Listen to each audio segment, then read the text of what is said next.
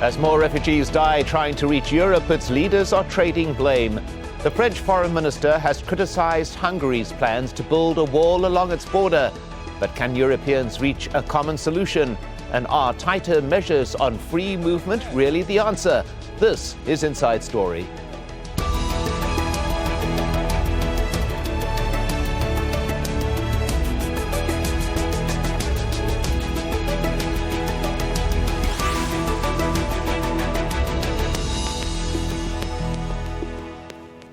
Hello and welcome to the programme. I'm Mike Hanna. It's a refugee crisis with no precedent in the European Union's history. More than 300,000 people are now thought to have made the perilous journey to Europe this year, a number that continues to climb every day. The EU's response has been criticised. It as at best incoherent and at worst callous and inhumane. Under mounting pressure, the bloc has now decided to hold an emergency meeting that will be held in 2 weeks. Greece, Italy and Hungary have perhaps struggled the most with the number of people crossing their borders, but it's Hungary in particular that's been singled out for what's described as its harsh response, as Andrew Simmons explains now from the capital, Budapest. For now, this is home for people who left war zones looking for sanctuary, and they can go no further. Many weren't warned not to buy international rail tickets. Police stopped them from boarding trains. This Syrian mother spent the last of her savings on non-refundable tickets. Now she regrets not paying people smugglers instead. I feel angry. All countries helped us except Hungary. Macedonia let us cross. They let us use the train going to Serbia. Every day we walked hours to reach the border and my feet became swollen. I had to carry my baby all the way. I'm exhausted. She has little help. There are only a few volunteers giving advice to the refugees. We cannot only blame the smugglers because we are giving an incentive for the smugglers and we're giving them better and better business by not letting these people take a train. Hungary's government is ignoring all criticism about how it's handling this crisis. It stands accused of stripping away the rights of refugees. And it's preparing a raft of new legislation which could mean thousands of refugees are sent back to Serbia. Nearly all of the refugees here have crossed from Serbia.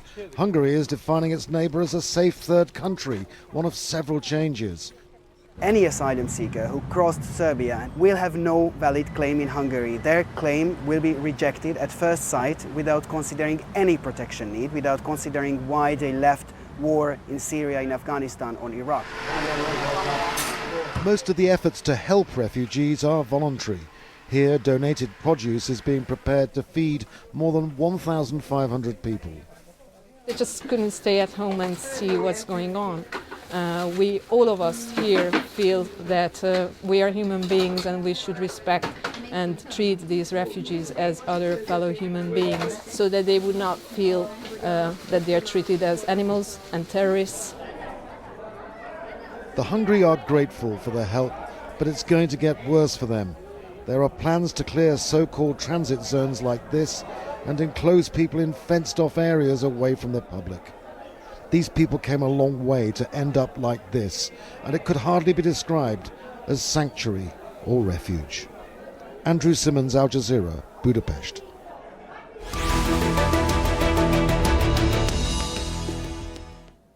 Well, Andrew Simmons also spoke to Hungary's government spokesman a little earlier. Let's hear what he had to say. Now, let me put this clear. It's not about asylum law, but rather illegal border crossing, which we are trying to fix. It's completely unacceptable that over 150,000 people come through your green borders without any kind of discipline, order and law. So what we are trying to reestablish at the borders of Hungary and Serbia, which is a Schengen border, is law and order, put some kind of discipline into this huge influx of illegal migrants. Discipline, order and law for refugees who are escaping from an absolute appalling war in Syria. Is that really the right approach? It is the best interest of those arriving through the green borders, who might be refugees or who might be only economic migrants. We don't know because they don't have papers. They don't have any way of proving their identities to establish rules. Well, let's now bring in our guests. In Brussels, Michael Diedring, Secretary-General for the European Council on Refugees and Exiles. In Oxford, Alexander Betts, Director of the Refugee Studies Centre at the University of Oxford. And in Budapest, joining us on Skype, Gabor Gyulai, Refugee Programme Coordinator at the Hungarian Helsinki Committee. Welcome to you all. Let's go straight to Gabor Gyulai. We heard there from the Hungarian government spokesman appearing to argue that there's doubt about whether these people coming in are migrants or indeed refugees. He appears to be making a point out of that as a way of justifying the stringent measures that are being taken against them, is he not? I think this explanation, besides being fundamentally erroneous, it cannot provide any explanation for such measures. Currently, over 80% of the asylum seekers who enter the EU at the Hungarian border, the Serbian-Hungarian border, are war refugees. They are mainly Syrians now, then they are Afghans and Iraqis. And even the others, out of this 80%, or the 20%, remaining 20%, come from places like Eritrea, like Somalia, like Pakistan, countries with very serious human rights violations and problems. Asylum seekers in Hungary are more than ever genuine refugees. We see in our daily practice at the Hungarian Helsinki Committee families who lost everything, children who are suffering of diseases, who have suffered so much on the road towards Europe and also in Syria, in Afghanistan. We see families torn away. We see people who have been seriously tortured. Talking about these people as potentially economic migrants who merely want to come to Europe to work, to find a better life, is a fundamental lie. It also obviously shows that the Hungarian government does not understand at all what asylum means in a moral sense or in a legal sense. Hungary is a country that was home to several hundreds of thousands of refugees who sought refuge and a better life and escaping persecution in Western Europe during decades. I think it's an absolute shame that such a country is now playing the border guard of Europe and actually wants to violate the rights of hundreds of thousands of refugees. Well, all of those points being taken, but Alexander Betts, is there perhaps the argument too that the sharp criticism of Hungary actually masks something that may be a far more fundamental problem, and that is there is no unified approach to this matter in Europe at all. Hungary bearing the brunt of criticism, but still no standardized policy. So let's be really clear. The Hungarian position is likely to be highly untenable under international refugee and human rights law. But it's also a symptom of a broader challenge faced by the European Union. In theory, we have a common asylum and immigration policy, but at the moment, the whole of Europe is squabbling, and while it does so, people are dying. We need to reinvigorate Europe's common asylum policy. The only thing that European states agree on at the moment is the status quo is dysfunctional. The Dublin system that we have places a disproportionate responsibility on frontline countries like Hungary, Greece and Italy, while more distant countries like the UK, for instance, can stand behind lots of territory and lots of water and decline to play a proportionate part in sharing responsibility across Europe. We need responsibility sharing, we need international cooperation, and yes, the Hungarian position is atrocious, but Hungary and other countries need support, and we need leadership from across the European Union.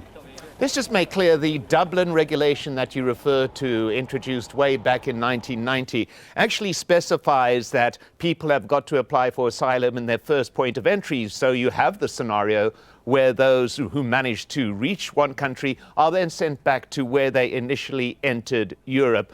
Michael Diedring, this is a almost procedural matter which many are using as an excuse. In the case of Hungary, we heard direct reference to the Dublin regulation in the government's response there.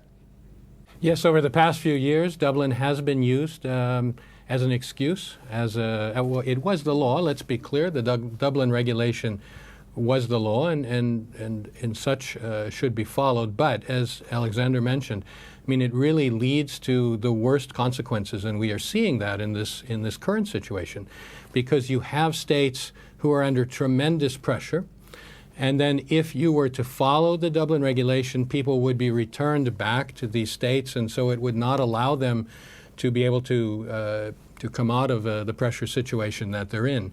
We do see some states, there are some glimmers of hope.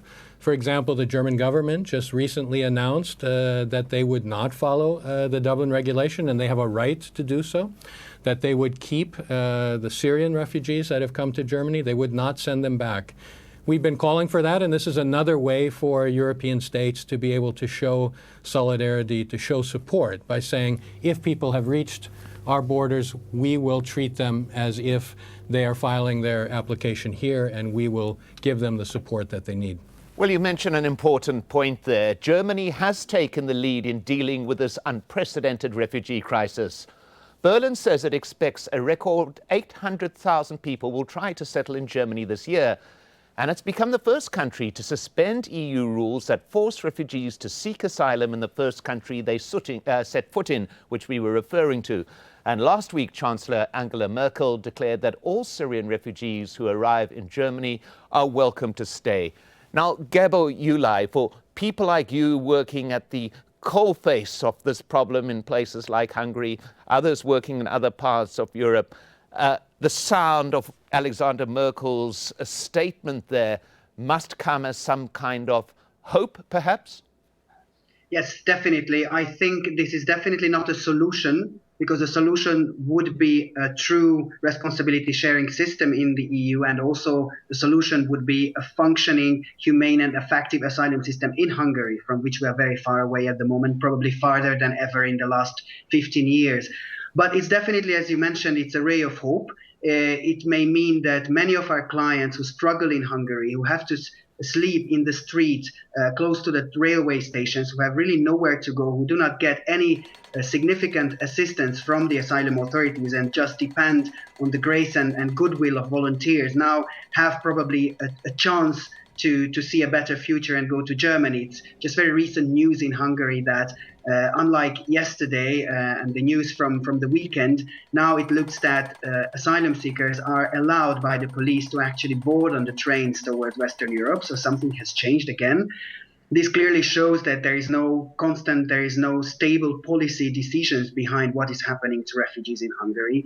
There is a new policy every day. There is a new law proposed. There are new nasty rules to limit access to asylum every week. So it's very difficult to cope with this situation. But this definitely gives us a little bit of hope, at least for our clients, even if not for our own asylum system. Well, Alexander Betts, earlier this year, European countries got together to discuss this matter. They reached an agreement agreeing, it would appear, on the issue of burden sharing, spreading refugees more evenly through the EU's members' countries. This has now disappeared completely. It's no longer a law. It is purely voluntary, and many countries are actually ignoring it completely. This is a very clear example of how divided Europe is on the matter, and it would appear how many of these member states are intent on using such arguments to fail to reach a solution. Is that valid comment? Absolutely. I mean, earlier this year, some proposals were put forward for better responsibility sharing in terms of the relocation of refugees across Europe and in terms of an augmented refugee fund to compensate the frontline states. That's all fallen by the wayside, and at the moment we have absolute division across European states. Germany is really exceptional in providing fantastic leadership and is an example to be followed. But I think the problem really with the politics of refugees in Europe is there's an asymmetry in a way. The frontline states are in the weakest position in terms of their bargaining power, whereas the more distant states, distant from asylum movements, can stand back and renege on responsibility. And so what we see is burden shifting all the way towards the source country. We see countries in Northern Europe being able to push responsibility back towards the Western Balkans and the Mediterranean. We see Hungary in turn looking to Serbia to take responsibility, and that goes all the way back to the region of origin, where ultimately we're pushing responsibility back to first countries of asylum in regions of origin. And that's just not tenable or sustainable. At some point, the more distant countries in Europe need to take responsibility. If we get this in proportion, there are 300,000 asylum seekers who arrived in Europe this year. That's not that many, and it should be manageable in the context of 28 European member states. Compare that to 3.5 million Syrian refugees divided between just Lebanon, Turkey and Jordan.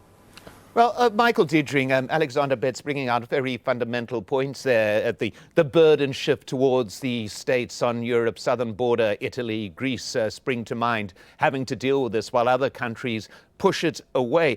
Yet this is in itself a consequence of regulations that are in place. The Dublin regulations state specifically that this must happen. So we have a law in place, which Europe appears to be applying assiduously, well, many of the member states, which actually appears to be intensifying the problem rather than solving it. Yes, and I think there's more and more recognition, even amongst the member states, that the Dublin system, the Dublin regulation, is not operating in the way it should, and that we need to look for changes. We need to look for a new system. Part of the problem, or part of the issue, is that what we have right now is an asylum system on paper that looks quite good. If you look at the common European asylum system and its components, and you look at it theoretically, it looks fine and it should work.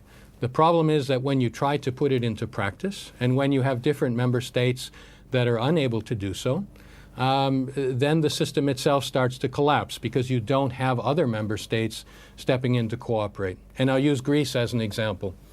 What's currently happening is that you have refugees and asylum seekers who are coming from Turkey and landing on the Greek islands. The Greek authorities are not able to provide reception, are not able to provide assistance. Part of that is because they're not prepared and they are still building an asylum system or rebuilding an asylum system in Greece. But the other issue is that what you basically have in Greece with the economic situation right now is a country that is incapable of providing that sort of assistance. So while Greece needs to be responsible, needs to step in, needs to step up, the European Union as well and the EU member states need to recognize that Greece is not the strongest of the EU members at the moment, and they need, as Alexander mentioned, they need to step forward with their own responsibility sharing, with their own efforts, so that we come up with a European solution to this problem. Because what we're looking at right now are different member states acting in their own interest. Hungary is one of the perfect examples, but there are others as well. So what we really need to do is bring the EU member states together again, come around an issue of solidarity, a solution of solidarity, and then start looking for this long-term European solution that's so needed. Well, Alexander Betts, on this particular issue of getting the common policy, we saw the EU respond very quickly when Greece was facing a financial crisis. It held an emergency meeting in a matter of hours. We now have another emergency meeting on the refugee crisis, which is set for 2 weeks' time. Now, this appears to show a startling lack of urgency in a situation where hundreds of people are threatened on a daily basis. It's remarkable how little urgency the European Union has placed this issue in terms of priority. I think people have been on holiday over the summer. Equally, the priorities in Europe have been the financial crisis and supporting Greece and the crisis over Ukraine. This migration and refugee issue has fallen right down the priority list. And I think now is the time, through this meeting on the 14th of September, for Europe to step up to the plate. It needs to offer two things. One, a clear policy vision on the way forwards, and two, a political strategy on how it can achieve collective action in the European Union. The strategy needs to involve a multi-pronged approach. We need a comprehensive global refugee policy for Europe that has to have three elements. A global level where we provide better responsibility sharing for countries and regions of origin like Lebanon, Jordan and Turkey.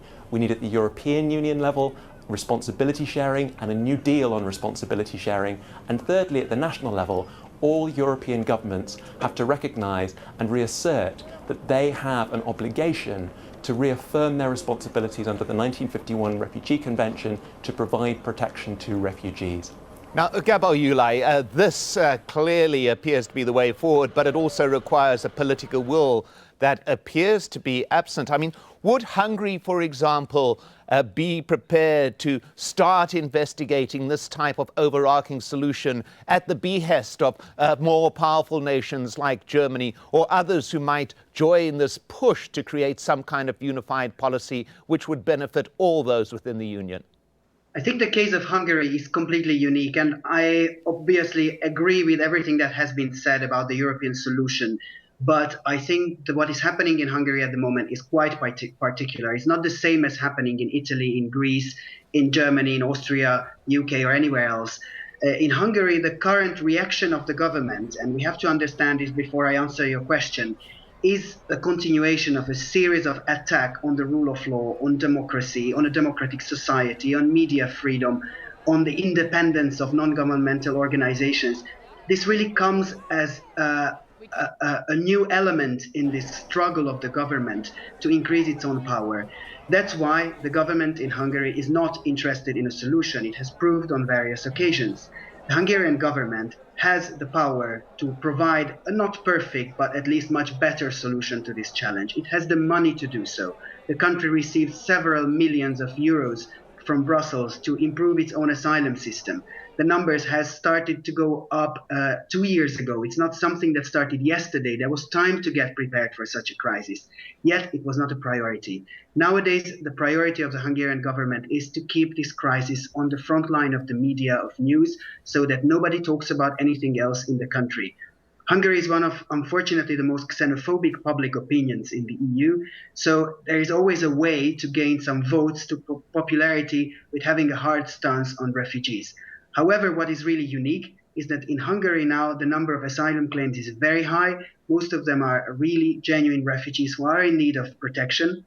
And therefore, I believe that it's a true test for the common European asylum system. If the EU does not manage to take a hard stance on this situation and intervene and push the Hungarian government into this direction that you mentioned, to assume that we have obligations under the EU refugee law, then the whole idea of a common European asylum system simply fails. Michael Diedring, I think we're hearing very clearly there a basic argument that the problem here is a political one. The technical solutions, the logistical solutions are pretty clear. But it's the political issues that appear to be dominating the debate, the why not tos, rather than the how can we's.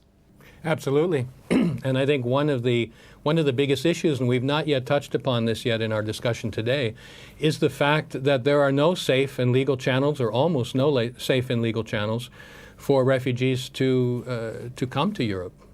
And that's the reason that you see them putting their lives at risk, taking very dangerous journeys across the Mediterranean, taking the journeys from Turkey to Greece. But then even when they arrive in Greece, there is still no legal way for them to continue to move on. And because of the situation in Greece, because there isn't sufficient reception, because there are no jobs in Greece, given the economic situation, these people are forced to move on in the same way they've been forced to move initially, to move from the war-torn areas in which they started. So the European Union itself is letting these people down, even from the point in which they are putting their feet on the ground. And it's really our politicians and the political system that is not willing to exercise the will necessary to say, we need to act, we need to respond to these human beings. And that's what we've been saying and others have been saying as well. This is a humanitarian tragedy. This is an issue of responsibility. This is not optional. The European Union and all the European member states have agreed that they have these legal obligations.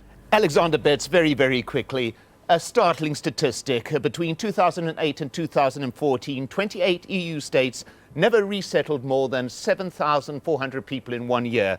Every year, on average, the US resettles 60,000 people. Clearly, this can be done, and in Europe should be done. Yeah, around the world, only 28 states resettle refugees, with a total population of around 100,000. Europe's way behind the US on this, with the exception of Germany with 30,000, with Sweden with about 8,000. Europe's not resettling enough refugees from desperate areas like Syria. It needs to do more. The purpose of resettlement is not that we can take everybody, but in part it's symbolically important to show reciprocity with host countries around the world. 95% of the world's refugees are in countries that neighbour conflict and crisis, and resettlement is a way in which we can demonstrate our commitment and thereby uphold a global refugee regime that is in danger and at threat unless Europe supports it. Well, at that point, my thanks to our guests, Michael Diedring, Alexander Betts and Gabay Gilay. And thank you too for watching. If you have any comments about today's show, do get in touch by going to our program page at aljazeera.com or post your comments on facebook.com/AJ Inside Story. You can also tweet us at AJ Inside Story. From me, Mike Hanna, and the whole team here, it's goodbye for now.